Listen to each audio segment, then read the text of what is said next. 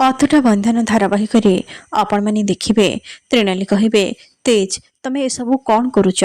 ନିଜେ ସେ ଲୋକକୁ ମାରିଲ, ଆଉ ନିଜେ ଡକ୍ଟର ଡାକିକି ତାଙ୍କର ଟ୍ରିଟମେଣ୍ଟ କରାଉଛ। ତେଜସ୍ କହିବେ, ହଁ ମୁଁ କରାଉଛେ, କାହିଁକି ନା ମୋତେ ୟା ମୁହଁରୁ ସତ ବାହାର କରିବାର ଅଛି। ଇଏ କାହା କଥାରେ ଏସବୁ କରୁଛେ, ମୋତେ ୟା ପାଖରୁ ସତ ଶୁଣିବାର ଅଛି। ସତ କହ, ତତେ ଏ ଘର ଭାଙ୍ଗିବା ପାଇଁ କିଏ କହିଥିଲା? କାହା କଥାରେ ତୁ ଏଠିକି ଆସିଛୁ? କୃଷିକା କହିବେ, ତେଜିଜୁ ତାକୁ କ'ଣ ପଚାରୁଛନ୍ତି? ମୁଁ କହୁଛି ଶୁଣ, ଏସବୁ ଭବାନୀ ଦେବୀଙ୍କ ସେକ୍ରେଟାରୀ କରାଇଛନ୍ତି। ସେଇ ମଲ୍ଲିକ ହିଁ ୟାକୁ ପଠେଇଥିବେ, ଆଉ ଏସବୁ ପାଇଁ ସେ ଭବାନୀ ଦେବୀ ହିଁ ଦାୟୀ। ତେଜ କହିବେ, ହେଲେ ତମେ ଏମିତି ସିଓର ହେଇକି କେମିତି କହିପାରୁଛ? ତମମାନଙ୍କ ସହିତ ଭବାନୀ ଦେବୀଙ୍କ ଶତ୍ରୁତା କ'ଣ? ସେ ଜେସିବି ଡ୍ରାଇଭର କହିବେ, ତାଙ୍କ ସହିତ ୟାଙ୍କର ଶତ୍ରୁତା କ'ଣ? ଆମେ ତ ସେ କଥା ଜାଣିନୁ, କିନ୍ତୁ ହଁ ସେ ହିଁ ଆମକୁ ଏ ଘର ଭାଙ୍ଗିବାକୁ କହିଥିଲେ। ତାଙ୍କ କଥାରେ ଆମେ ଏଠିକି ଆସିଥିଲୁ।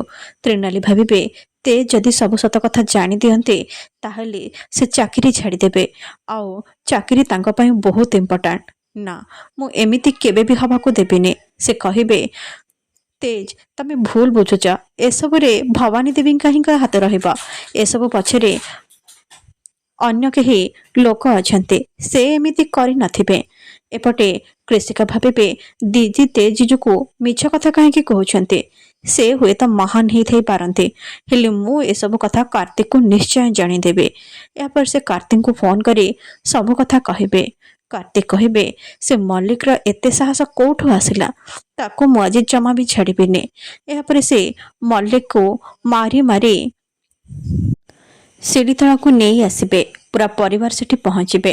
ମହେନ୍ଦ୍ର କହିବେ, କାର୍ତ୍ତିକ ତୁ ଏ କ'ଣ କରୁଛୁ? ମଲ୍ଲିକକୁ କ'ଣ ପାଇଁ ମାରୁଛୁ? କାର୍ତ୍ତିକ କହିବେ, ଡାଡ୍ ତମେ ଜାଣିନ ଇଏ କ'ଣ କରିଛନ୍ତି?